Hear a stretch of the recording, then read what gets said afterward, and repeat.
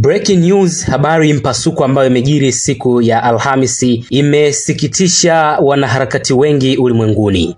Tukianzia katika mtandao wa X ambako mwenyekiti wa chama cha demokrasia na maendeleo Chadema aliandika ujumbe mzito kweli kweli akisema, mamlaka ya uhamiaji ya Angola inanishikilia na kuninyima kuingia Angola kwa ajili yangu na ujumbe wa zaidi ya viongozi 20 wakuu na wawakilishi wa vyama vya siasa kutoka kote kusini mwa Afrika waliofika Luanda mapema leo kwa mkutano uliopangwa wa siku 2. Kundi hilo linajumuisha makamu wa kwanza wa rais kutoka Tanzania aliyeketi hapa, alikuwa akimaanisha makamu wa kwanza wa rais kutoka Zanzibar, rais wa zamani wa Botswana, waziri mkuu wa zamani wa Lesotho, na viongozi waandamizi wa kisiasa na wajumbe kutoka Kenya, Sudani, Tanzania, Afrika Kusini, Namibia, Eswatini, Lesotho, Ujerumani, Marekani, Uganda, DRC na Msumbiji.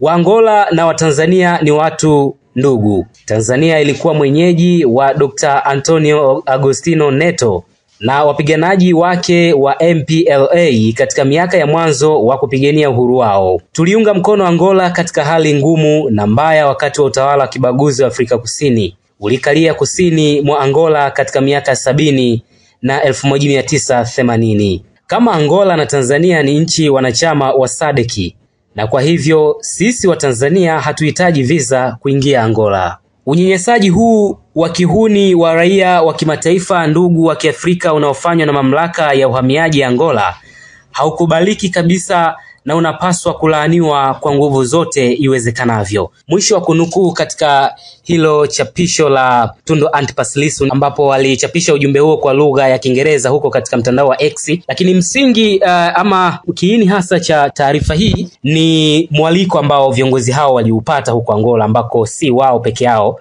walikuwa na baadhi ya viongozi waandamizi wa vyama mbalimbali vya kisiasa Afrika katika maeneo mbalimbali kama ambavyo ameorodhesha pale Lissu, Sudani na maeneo mengine, ambao walifika pale kwa ajili, walitua katika uwanja wa ndege wa Luanda, na mwisho wa siku wakawa sasa wanahitaji kufika katika eneo la tukio. Ndiko sokomoko kama hilo likajiri, na mwenyekiti wa chama cha ACT Wazalendo Othmani Masoud Othmani na mwenyekiti wa Chadema Tundu Antipas Lissu wanadaiwa kuzuiwa kuingia Angola kushiriki mazungumzo ya jukwaa la demokrasia Afrika inaitwa PAD. Othmani ambaye pia ni makamu wa kwanza wa rais wa Zanzibar, kwenye msafara wake aliambatana na kiongozi wa ACT Wazalendo Dorothy Semu, waziri kivuli wa mambo ya nje na ushirikiano wa kimataifa Dr.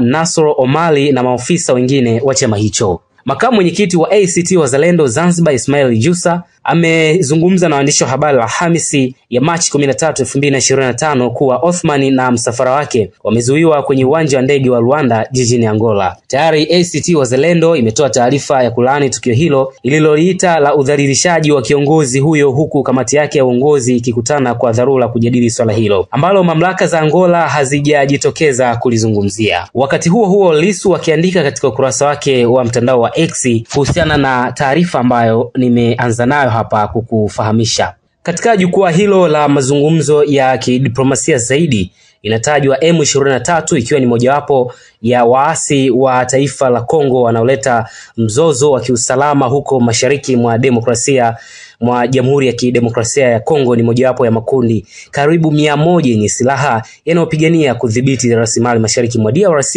eneo lenye hifadhi kubwa za madini ya kimkakati kama vile coltan, cobalt, aluminium pamoja na lithium.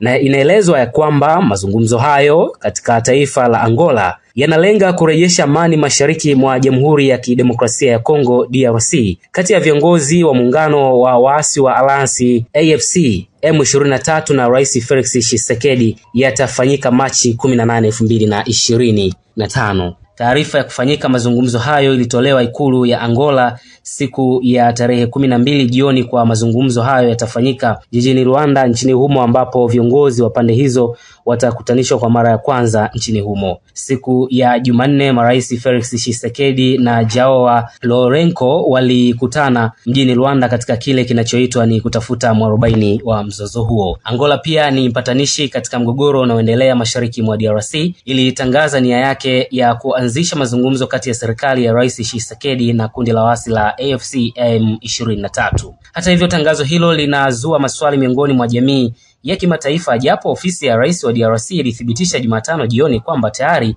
imepokea mwaliko huo. Jitihada za awali za mazungumzo ya amani yaliyosimamiwa na Angola yameshindwa kusitisha mapigano kati ya jeshi la ulinzi la DRC FARDC katika eneo lenye hali tete ya DRC linalokabiliwa na mapigano kati ya makundi mbalimbali yenye silaha. Lakini siku ya Jumanne Angola ilisema pande hizo mbili zilikubaliana kuja kwenye meza ya mazungumzo baada ya rais wa DRC Felix Tshisekedi kujadili mzozo huo na mwenzake wa Angola Lourenco. Taarifa kutoka BBC imeripotiwa kwamba viongozi zaidi ya 40 kutoka nchi mbalimbali Afrika, akiwemo makamu wa kwanza wa rais wa Zanzibar na mwenyekiti wa chama cha upinzani cha ACT Wazalendo nchini Tanzania Othman Masoud Othman, wamezuiwa kuingia nchini Angola na mamlaka za serikali nchini humo. Taarifa iliyotolewa na chama cha ACT inasema makamu huyo alizuiwa katika uwanja wa ndege pamoja na kiongozi mkuu wa chama hicho Dorothy Semu. Viongozi hao wanashikiliwa kwenye uwanja wa ndege wa Luanda na hati zao za kusafiria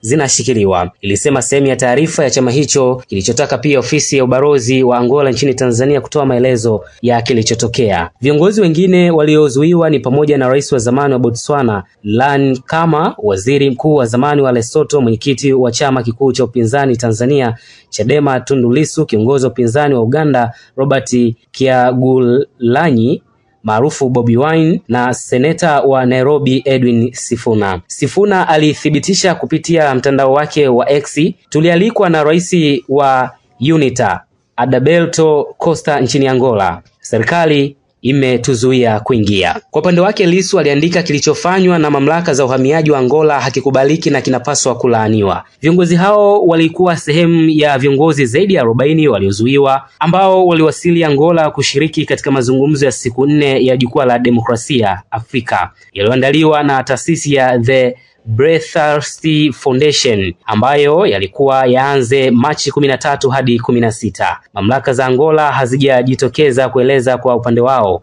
licha ya jitihada za upande wa pili kutaka maelezo yao. Jitihada za upande wa pili